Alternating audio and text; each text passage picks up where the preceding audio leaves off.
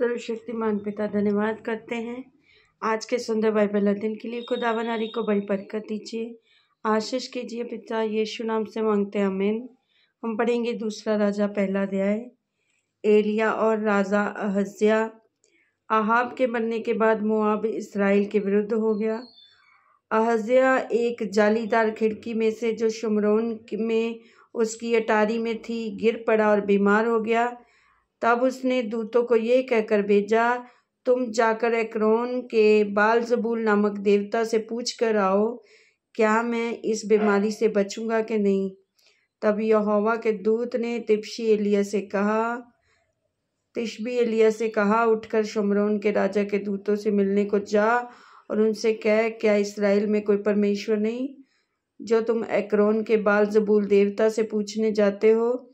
इसलिए अब यहोवा तुझसे यूँ कहता है, जिस पलंग पर तू पड़ा है उस पर से कभी ना उठेगा, परंतु मर ही जाएगा।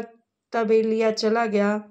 जब अहज्या के दूत उसके पास लौट आए तब उसने उनसे पूछा, तुम क्यों लौट आए हो। उन्होंने उससे कहा, एक मनुष्य हमसे मिलने को आया और कहा, जिस राजा ने तुमको भेजा है उसके पास लौटकर कहो, यहोवा यूँ कहता है, क्या इस्राएल में कोई परमेश्वर नहीं जो तू एक्रोन के बाल-ज़बूल देवता से पूछने को भेजता है। इस कारण जिस पलंग पर तू पड़ा है उस पर से कभी न उठेगा, परंतु मर ही जाएगा।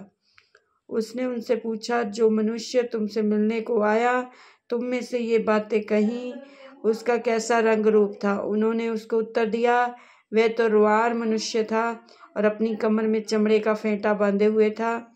उसने कहा, वह तिशबी एलिय्याह होगा।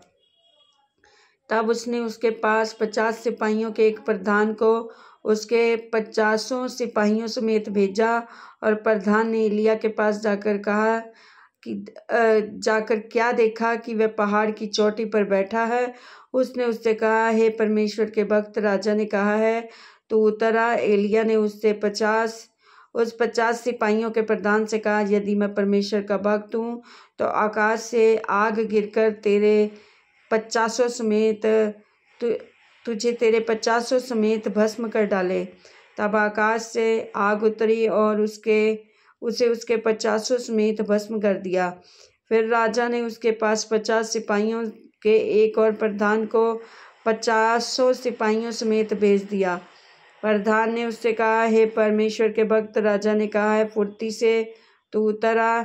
एलिय्याह ने उत्तर देकर उनसे कहा, यदि मैं परमेश्वर का भक्त हूँ तो आकाश से आग गिरकर तुझे तेरे 50 समेत भस्म कर डाले।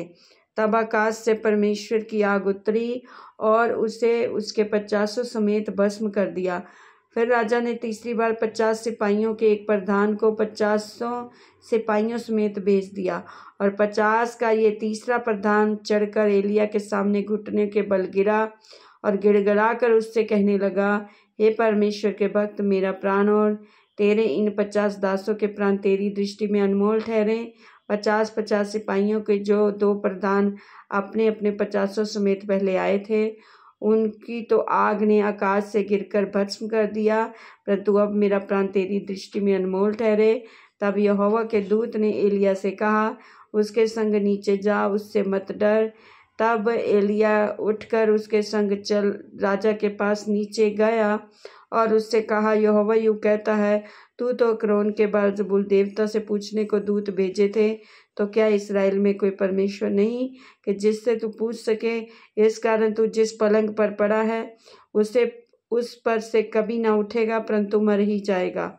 यहोवा के इस वचन के अनुसार जो एलिय्याह ने कहा था वह मर गया, और उसकी संतान ना होने के कारण यहोराम उसके स्थान पर यहूदा का राजा यहोशापात के पुत्र यहोराम के दूसरे वर्ष में राज्य करने लगा।